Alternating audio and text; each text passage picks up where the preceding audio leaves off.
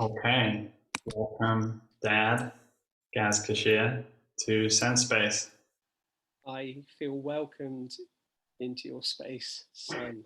I wasn't sure how I was going to introduce you, but I suppose I'll begin as new author of Church, a Counter Narrative, the life limiting culture of organized Christianity. And you're also my dad. You're also a one-on-one counselor with people, and you also wear many other hats: grandfather, um, former former Christian neophyte, and all kinds of other things. So, Yeah. where is most alive to jump in? Perhaps I want to jump right in the middle Yes. and ask, why would somebody want to join the Christian church? What does the Christian church offer to people that it becomes such a huge part of their lives? Well, I met somebody once and we were having one of those classical evangelical conversations that's meant to result in an outcome, usual positionality. And they hadn't ever considered becoming a Christian because they'd not been a drug addict, an alcoholic, or been beaten. So essentially, their life was okay. They hadn't got something horrific to recover from, and so Christianity didn't seem to be the thing for them, because apparently that is the narrative of Christianity. Some, rags to riches, horror show to happiness kind of transition. I think people are attracted to some of the language around family. Um, People, for many reasons, would like a context where they have a sense of belonging. Um, I certainly relate quite strongly to some sense of tribe and connectedness to people who have a shared interest, whether that's music or riding Vespers for me. And church seemed to be part of that. I think it's also quite attractive to people who are coming to an awareness that their own uh, family unit and their experiences there were dysfunctional, and as a result, they are lacking. So I think part of what it tries to promise, but perhaps doesn't really deliver well, is a sense of family and belonging. And that's before you even get into the ideas of salvation and heaven and all the other bits that are there. Hmm. So I felt like I was throwing you a sort of contrary question there, because obviously this book is a counter narrative. It's principally about um, your own journey into Christianity through it, your deconstruction of it, your sense of the limitations of the culture. Um, Tell me about what you found in the context of Christianity that was really real for you at the time of finding it. Yeah, I blame my own father in part. I had been brought up with some sense of anticipation of the spiritual, um, which Hmm. is quite strange considering his spirituality was based on fighting for king and country in the war, and my mother's was based on having sung in the choir in a local church. And I think I was probably born into an era where there was some identifying yourself as Christian because you were English, under the religion of the king, a collective belief system, whether or not it had become personal yet. I think for me, it was about a person, and so I've come full circle. Really, part of what gave me some sense of this person called Jesus was having been force fed Ben-Hur and various other, Moses stories on a Sunday afternoon, whilst we only had 3 channels, my parents would click on the longest possible sedating movie and fall fast asleep, whereas I'd be left watching some biblical drama and horror show unfold. But I have a friend who's written a book called Humanizing the Divine. And I think for me, I've come full circle. I was first interested because of some beautiful humanity I saw, as I didn't know it was Jesus at the time. I just felt something wonderful was happening when Ben-Hur was being denied water, sat in the dust at the side of the road and being punished, and a pair of feet shuffle up and quench his thirst. I bought in at that. That somewhere there's someone who cares enough to be contrary to the culture and to oppression. And so for me, all this stuff that I've learned in between, I've come back to the feat that I saw of a wonderful human being expressing kindness and regard for others, which I think gets lost. But yes, that helped me in. That and dating the deacon's daughter and wanting to perform for acceptance because of my own family deficits, that helped me get in the door as well. But ultimately, I was hearing stories of love and regard. The language was one of love and regard and unconditional acceptance, and that had not been my experience growing up as a child in my family dynamic. And so for me, it promised good things, and I began to experience some good things as well, in terms of people sharing an interest in me, or I guess some attributes of love, tenderness, regard, kindness, and bottom line of just an interest in me. And the fact that that exists outside the church as well is kind of neither here nor there. It's just that this was my first protocol for discovering some of those things, and it was satisfying and warming to me above and beyond anything else. I didn't know at that point I was being conditioned, that some of that love was conditional, that people who came alongside me as perhaps positive parent figures would not know how to relinquish that role and allow me to grow up into a healthy adult. And I guess at the same time as I was drinking pure waters, those waters already had cultural and misplaced poison mixed into them. Well, I'm still seeing Monty Burns as Ben-Hur in the Simpsons episode where he sets himself as Jesus and gives Ben-Hur the water. That's all right. I still call Jesus Jeebus sometimes. Yeah, it's the Simpsons is the root of most of my understanding of the world to this day. It works. There's certainly no better or worse than church.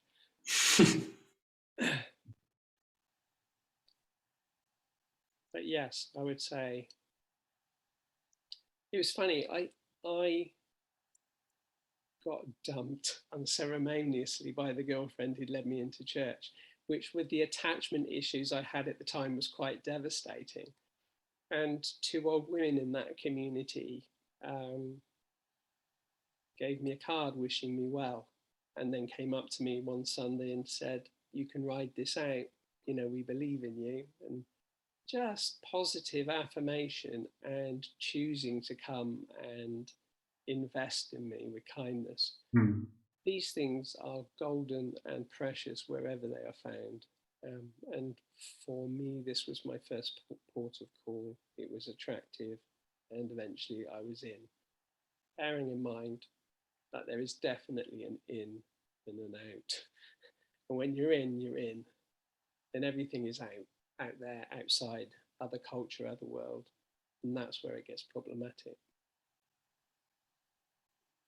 Yeah. The power of words of affirmation is something that I've been sort of rediscovering as well for myself. Firstly, through those little golden instances of receiving them and Yeah. how impactful they are, but also um, finding the generosity of doing that more in the context Yeah. of friendships and sort of more like peer-to-peer relationships. Yes. Yeah. I think there's something wonderful about being invited into a school of thought, into a teaching, into shared wisdoms that gets lost and gets tainted when you're also being invited into membership of a pretty exclusive club.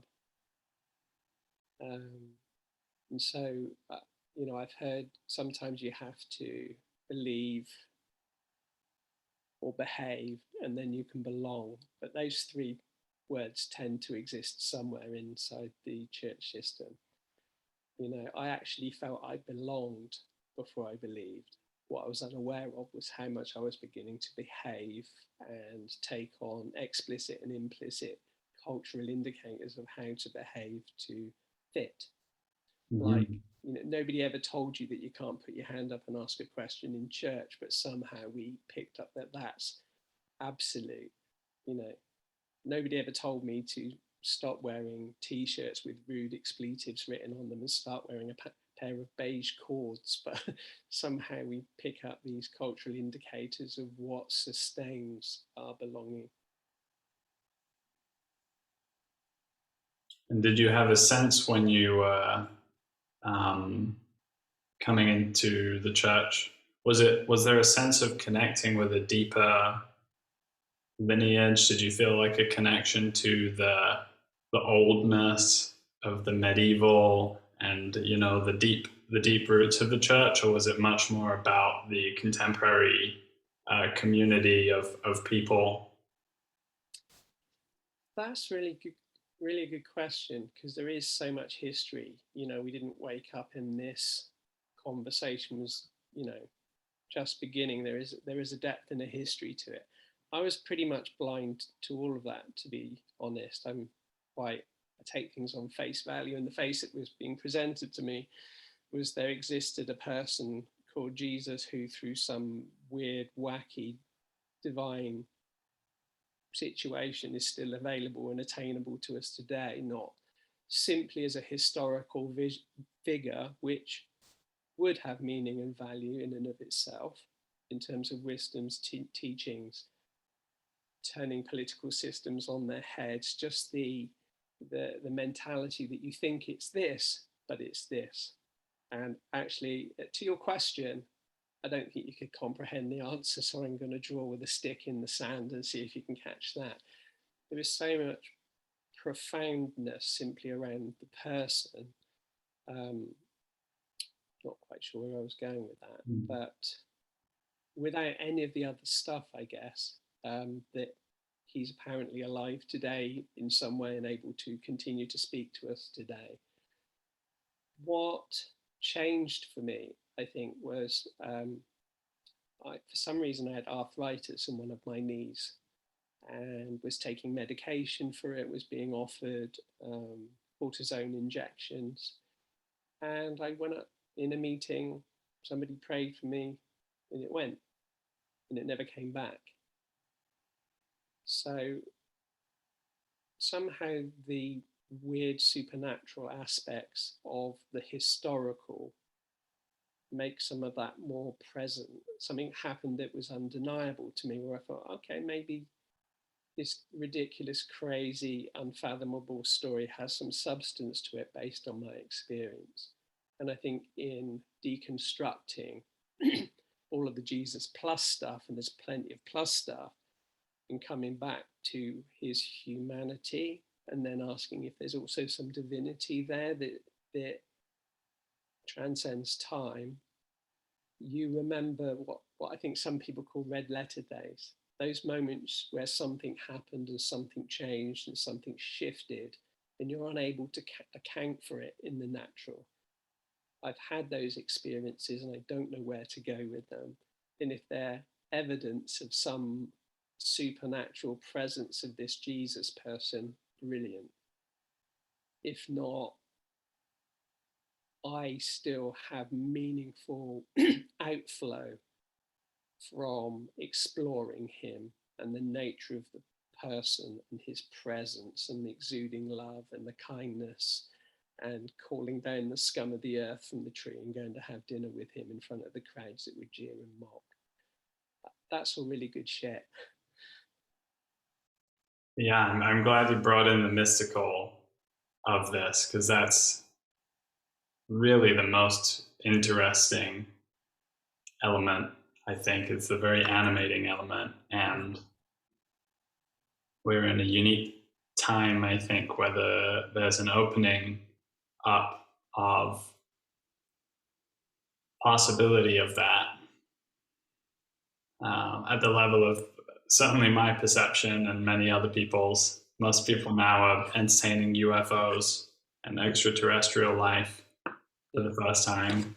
I've been trying to tell people that they are extraterrestrial life, but the notion of the divinity of man manifest in Jesus has become,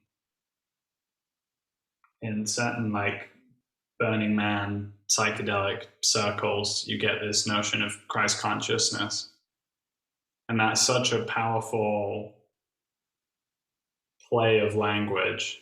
Yes. Because it shifts it from the particularity of the Jesus person, yes, to the state of consciousness that the Jesus person was experiencing, yes, such that he was able to be sort of profoundly present and participating in a way that just confounded everybody around, and made him loved by a whole group of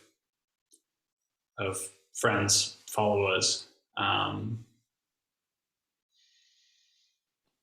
you said that, yeah, that it could exist outside of time, right? And this is also sort of coming through with psychedelics, I think, as a sense that there are dimensions that are outside of this material dimension, yeah, and not necessarily confined by linear time and history. Yes. And once you can get your sense into that, and it really makes a lot of sense that there could be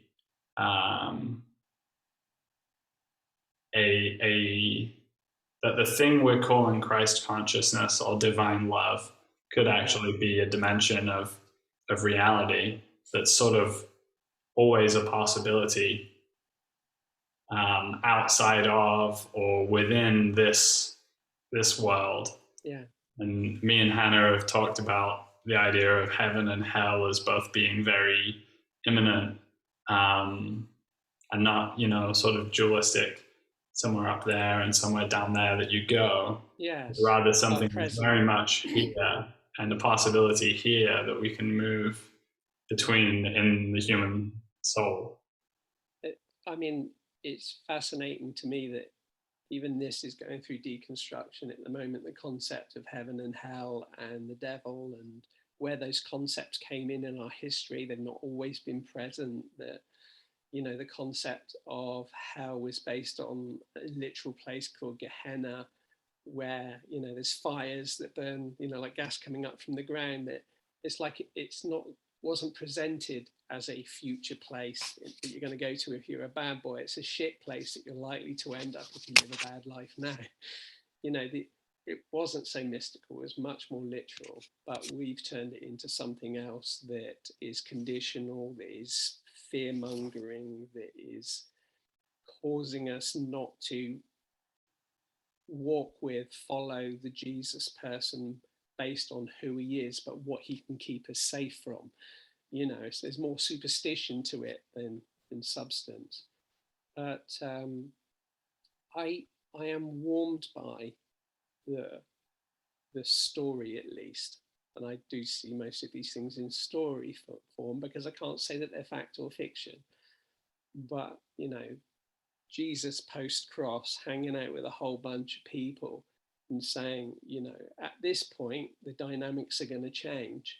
You only get to tap into me when I'm present, when I'm literally with you in a room, and that is so limiting. But past this point, I'm getting out of the way, and I'm going to send one called the Holy Spirit. Part of me is now going to be part of you.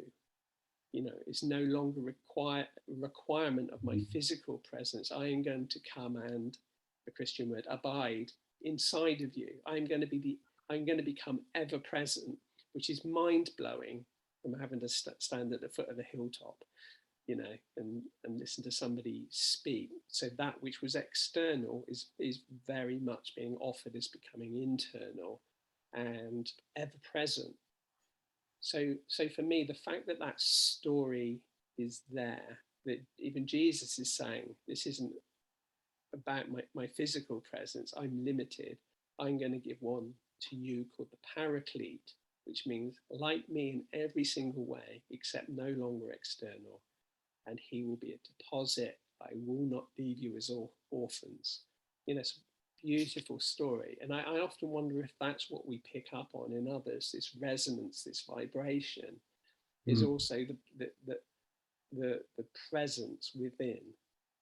The fact that we can audibly talk to people, but we can also pick up on resonance and read people and say, there's something here, there's presence here, there's connection here, and we've not even spoken yet.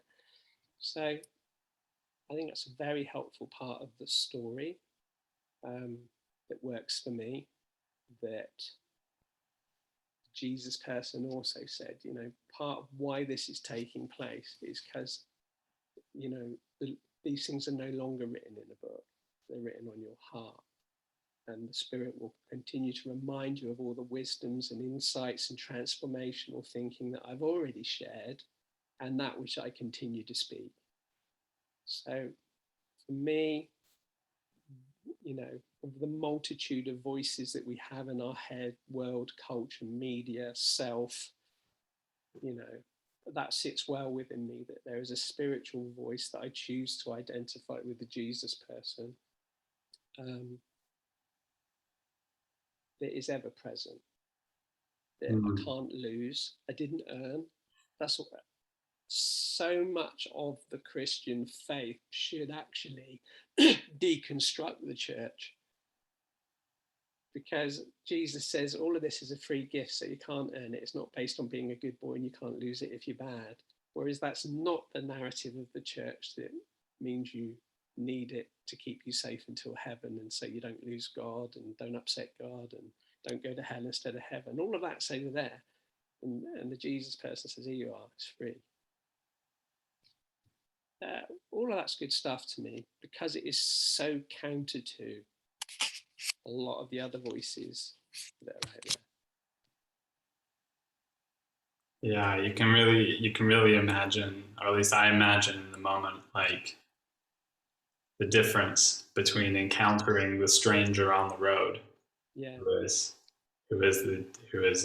embodying the Jesus archetype, and in their presence, it feels like it's really all here, it's all there. Yeah. They give it freely, and then they send you on your way and never see them again, or Yeah. there's no sense of like you've been inducted into something now. It's more just something has occurred and you've witnessed something.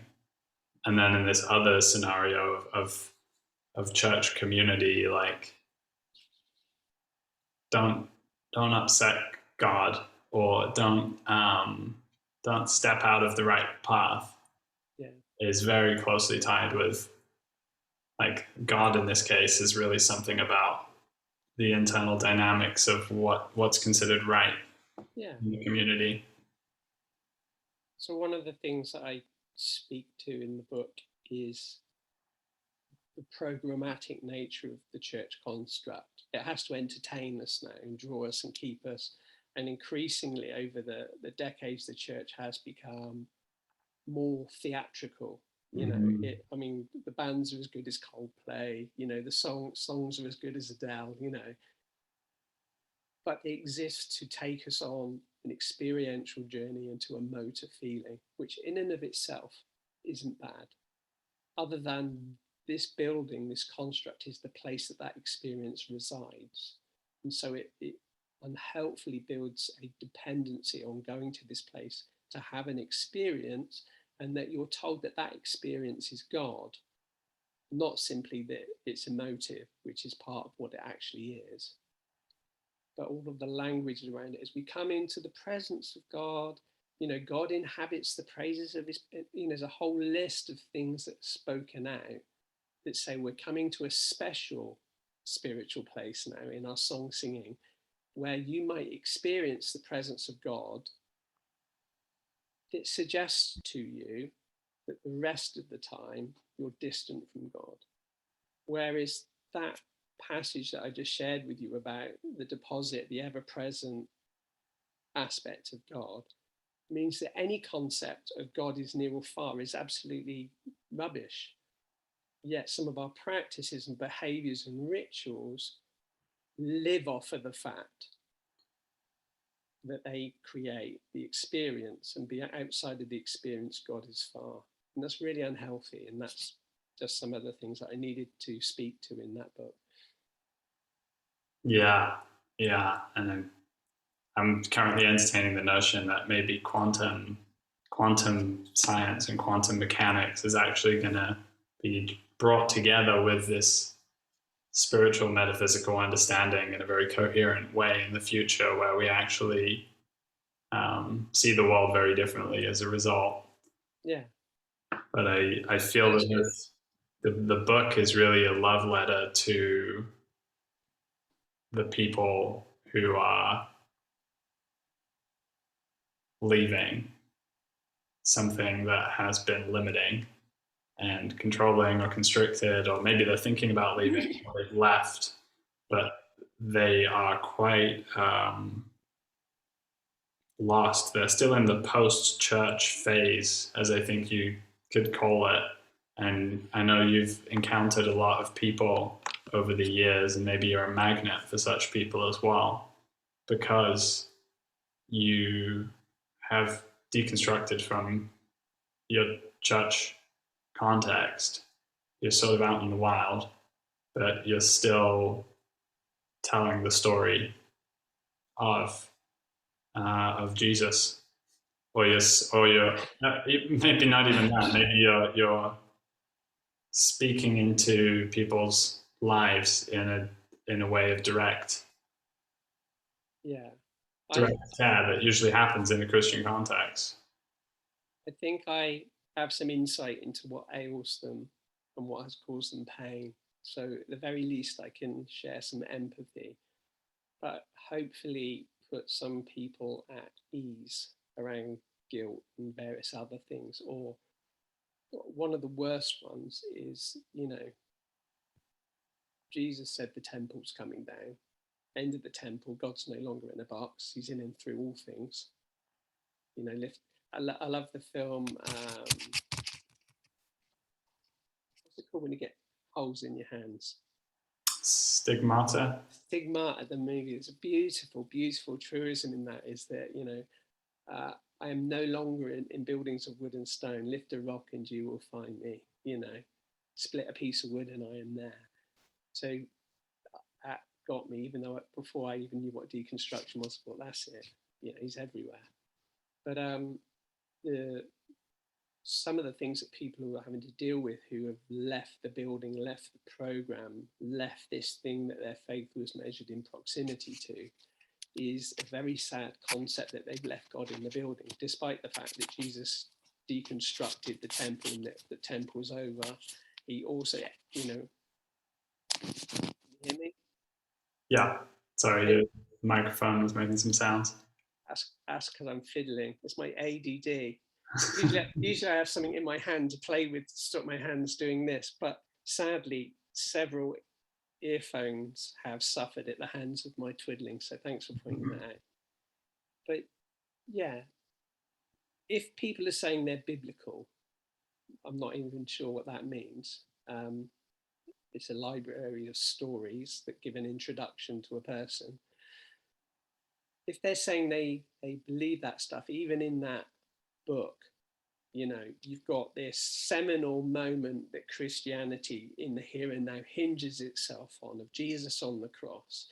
And there's a book written called Some Say It Thundered, and the skies turned black, and the curtain in the temple was rent in two, torn in two, because there's no holy of holies. There's no sacred place you have to get to where God is. And the priests are no longer mediators. That's massive.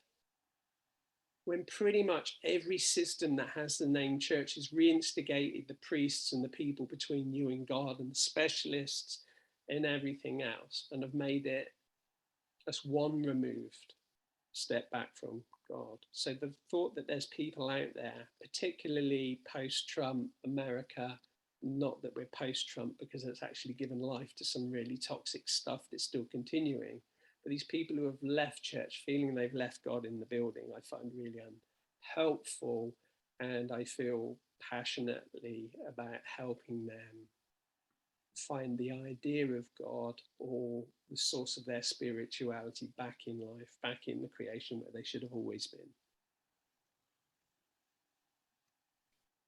Nice. Small task. Yeah. Yeah, well, I mean that you really laid that out quite clearly, and it was a big break and rupture from the Judaism that had come before that. But somehow, if you think of the church, if you think of the institution of the church, especially the Catholic Church, all of those same qualities have been recreated. And even when I was in school, I definitely got a sense of that kind of making the sacred into an idol or an institution rather than something that's actually genuinely felt, and then enforcing upon the children, you must respect this sacred thing, but not from a place of genuinely feeling it to be sacred necessarily. And so that's sort of the contradiction that a lot of us grew up in.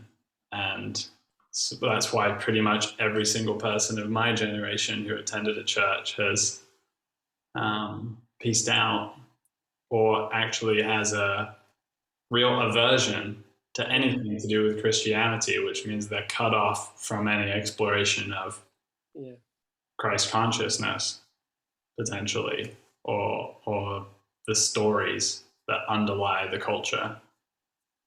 I think part of what I love about what you're doing in your journey and in your exploration and your values that you put around dialogue and discourse is that for a few decades now, we've been coming out of modernity, which thought it had the answers but was unable to deliver. Now we live in the wake of that, where we have inquiry, critique, and questions. And so, I certainly grew up in a parental, patriarchal system where you should do this. Why? Because you should, not because of X, Y, and Z, and it's good for you and it's healthy, and here's the reason. Because even they had inherited thinking, ideas, idols, ideologies based on having been told, but not really any understanding. And I think what we crave today is understanding, not to reject, but to align ourselves with things that might deliver, that have substance. And part of that is deconstructing some negative aspects of debate and the idea that the person with the greatest argument and the best expertise is the winner, who might actually end up being the biggest loser because they've lost the capacity to learn and listen and come into a conversation as a co-learner. So I think we're part of why some people are leaving organized Christianity is they've got questions now. And it's not a context that works well with questions because it's got pre-prepared answers. It's a place where you're meant to adopt, not inquire, though it might have been your earnest yearning, seeking, and inquiry that led you there. You get some other stuff as well. And so people are sitting much more comfortably with what they do not know over what some people think they do know, what the specialists know. And I think that's been really, really healthy. I like to say to people, with an unraveling comes a revealing, because they certainly feel unraveled, that the world, the doctrines and the ideas and the containers that they bought into are being pulled apart, and there's fear around what will I be left with. Well, keep in the process, keep on the journey. The problem is that the construct, the control, the order, the systems are in us. And we will revert to that or bring that to the next thing before the third day when the sun rises. That quickly we will want to reconfigure and reorder. So I love some of the teaching that comes out of the art of hosting community about holding space and valuing space. I think space to journey without resorting to form and shape is sacred. I think that's one of the most sacred things we can do, is hold this space open to continue to explore and hold what we don't know, knowing that in creation and nature something will naturally form that is quite possibly really good for us and is a good fit and is harmonizing over our default, our inner dysfunctions and need for order and control. Somebody said the greatest hindrance to change is our love of the familiar. And change is often into the unknown, not holding on to the known. So for me, that gives life. I feel energized by the unknown, where I was taught to feel safe with the known, the shoulds. Mm. So I feel quite lucky to be part of that journey, at 55, to still feel very much in a school of learning and the wonder of unknown futures over what was very much an inherited point of arrival. Yeah. Yeah, that unraveling that some Christians are experiencing is reflected in the larger unraveling of modernity, perhaps. And with that unraveling does come new things, new opportunities, new possibility spaces open up amidst the crumbling of the old. And thank you for bringing in, these emergent dialogue practices, because I think they are spiritual in nature. Yeah. That doesn't mean that everyone I practice with is spiritual or sees it as such, but at its depth, it goes into the same mystical depths that people perhaps hope to reach in a religious context. And I would be remiss to not talk about Dialogos, because I think in part Dialogos represents to me what happened at the Pentecost. Okay. Like that makes sense to me. Perhaps, I haven't yet become babbling in tongues and run out into the street. Yes. But in the beginning, there was the Logos. Christ is the Logos made flesh, the living word taken rather than from the text, becoming the living word in the moment, in the context. And then he dies. But he says there's going to be this other thing that you can tap into. Well, what is that? What is that thing that we can attune to together that is between us?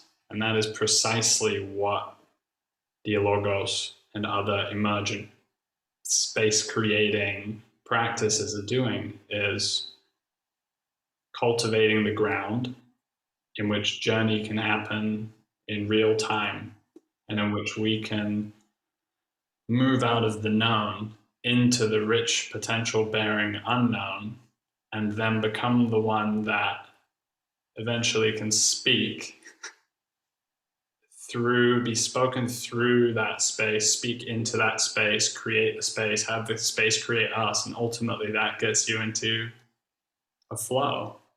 And that flow can take on a logos like quality. I've experienced that a couple of times.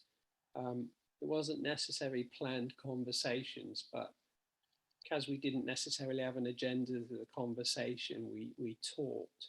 And we had experiences as we talked and ideas drop in as we talked that I would call an encounter, you know? And I think what the disciples were told to do after Jesus had said, I'm off, hang around for this other geezer to show up, is they waited in a room and there was an inbreaking. They held space, really. It was a beautiful illustration of holding space.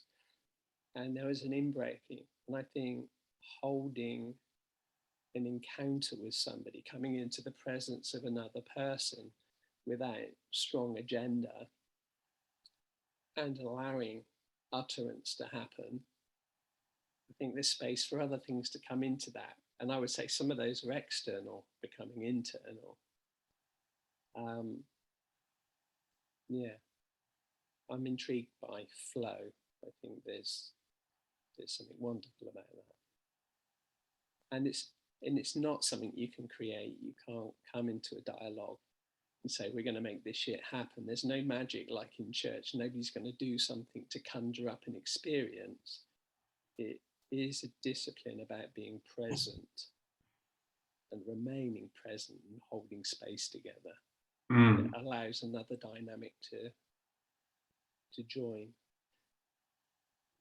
Yeah, and I think there is still some more that can be pulled through, because I think there's still some there's some theater,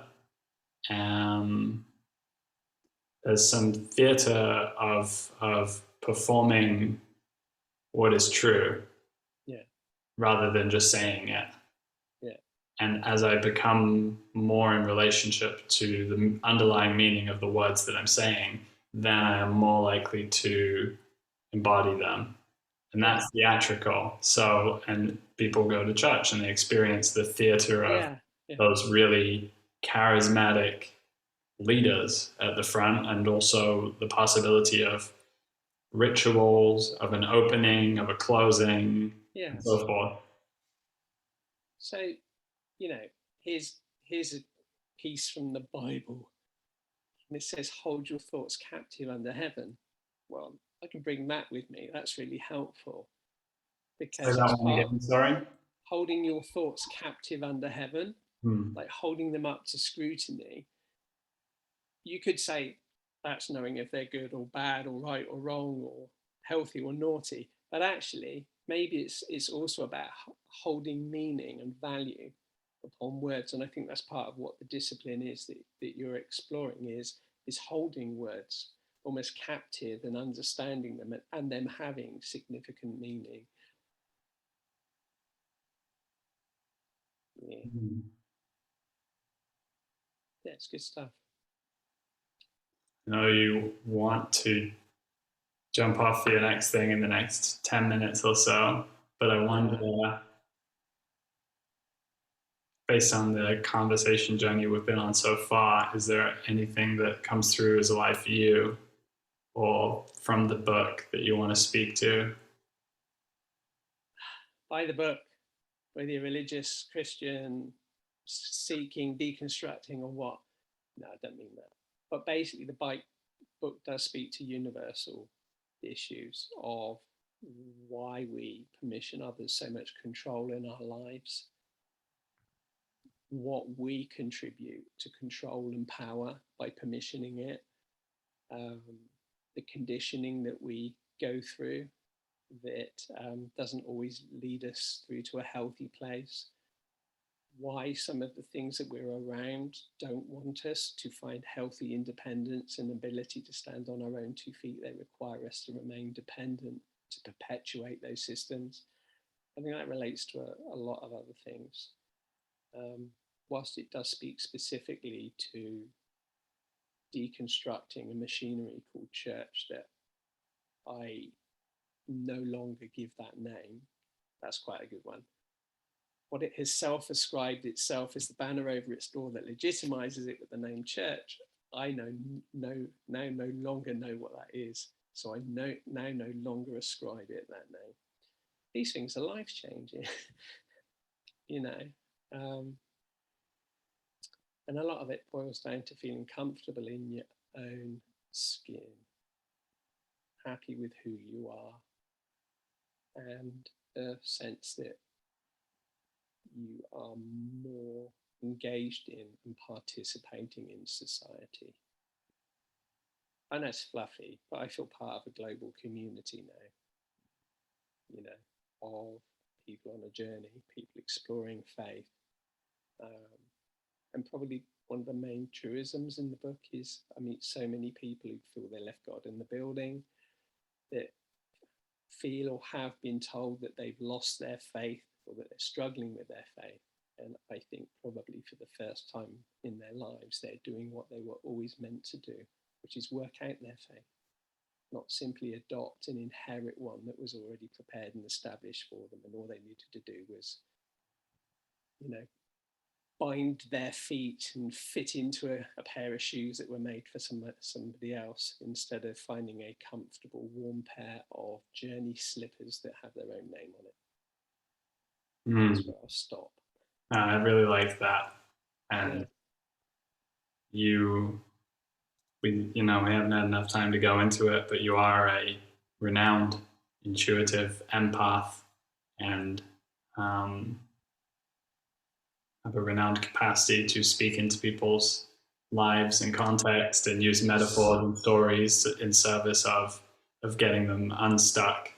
So if people are interested in getting unstuck, then they can work with you and they can have your coffee table conversations and counseling and really whatever works well if they feel there's something there. I think I like to be counter to church. Part of church culture says, how can you help build up what I'm in? Whereas its purpose was to say, how can I help you get where you're going? And I would say I feel realigned, and part of the latter, you know, my question and inquiry is, who are you, how are you, and how can I support you in getting where you're going as a unique individual? So yeah, I mean, I'm not trying to have, you know, follow Gaz YouTube channel or anything like that, but you can find me on Facebook. Just search at Working It Out or Moving the Walls. You can get in contact with me through that, and we might have a conversation. Yeah, and I'll put the links in the bio. And I just think it speaks to the strange organizing, harmonizing character of the universe that we're sort of both converging fascinating. around something now, after sort of being in very different places and me being very militantly atheist for a good long while. I get to say this. We're converging around the meta-narratives. I think, around what's important. Right. And I also want to shamelessly invite those people who have come from a Christian background and very interested to get a deep connection with meaning and mystery in the universe. And if anyone wants to try out some Dialogos, then yes, I recommend that. Experience flow. Great. I've thoroughly enjoyed this. As always, a meaningful conversation. Thank you. All right. Thank you very much. Laters. Lots of love, Dad. Lots of love, son. Bye bye. Bye.